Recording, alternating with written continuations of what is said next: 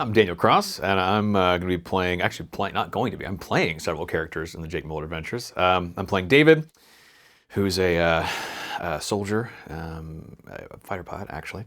Playing a guy named Marco, who is not a good guy, but not a bad guy either.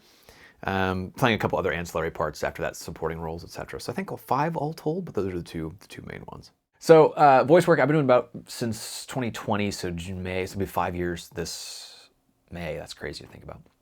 Mostly audio drama. I'm sort of expanding now, moving into video games and commercial and corporate and e-learning is kind of my goal. So that's a new thing, that part of it, but voice work about almost 5 years now. Been in the performance space for a long time. You know, I do historic reenactments, reenactments, the wrong word. I do historic interpretation. Play George Washington, used to work at a big museum down in Southern Virginia, and now working at Mount Vernon, doing a different job. I also do contract work as Washington. So there's a difference. You know, I've done a lot of stage stuff, done a lot of film. The difference with stage and film and voice work, they're all similar and adjacent. They're not exactly the same. They have some different circumstances, but they're all kind of script-based in many cases.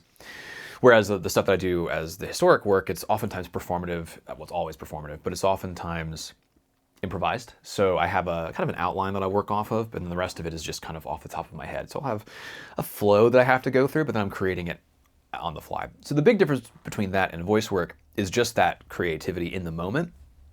But they both are creative in their own way. With voice work, I do a lot of ad-libbing.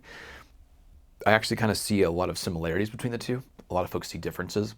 But with voice work, even though there's a script in front of me, I'm interpreting the script actively as we go. So even though the script might say these words, I'm reading the moment, reading my other actors, if I'm working with other people live, and trying to infuse meaning into it. So as much as they are different mediums of performance, there's actually a lot of crossover in my head as I approach the project.